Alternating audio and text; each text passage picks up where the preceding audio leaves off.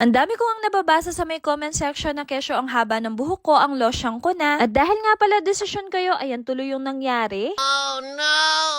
Anyway, bago nga pala kami pumunta ng salon, sinundo na muna namin na tong si Erkia sa school. Tapos, ito naman si Bebe Arlo, hinatid namin kala Mamila dahil nga hindi namin siya pwedeng isama sa may salon. Hirapan pa nga kaming iwan siya dahil nga nakita namin na tong noon niya nakakunot, parang nagsasabi na iiwan niyo na naman ako dito. Kaya naman anak, sorry na, hindi ka kasi pwede doon dahil nga may mga gamot silang ginagamit na matatapang na hindi pwede sa'yo. Baling pupuntahan nga pala namin ay located sa may Friendship kaya dumaan na lang kami dito sa may Clark para mas mabilis. May schedule kasi ako for hair treatment kaya ayan, sinama ko na rin sila Wowo at Wowa. Aba syempre, hindi lang ako yung dapat nagpa-pamper time, dapat sila din. Sakto nga at walang pasok atong si Wowa kaya free time niya yung araw na to. Pagkadating nga namin, inassess na nga pala yung buhok niya at ang nirecommend nga pala sa kanya after ng hair color, magpa-hair treatment na rin daw siya. Ito nga pala yung pangalawang beses namin dito sa may Haya Beauty at dahil nga nagustuhan namin yung mga services nila, ayan, napabalik tuloy kami. Tawa pa nga ako dito kay Daddy Binatuwawa kasi nga hindi nila napansin na parehas pala sila ng damit.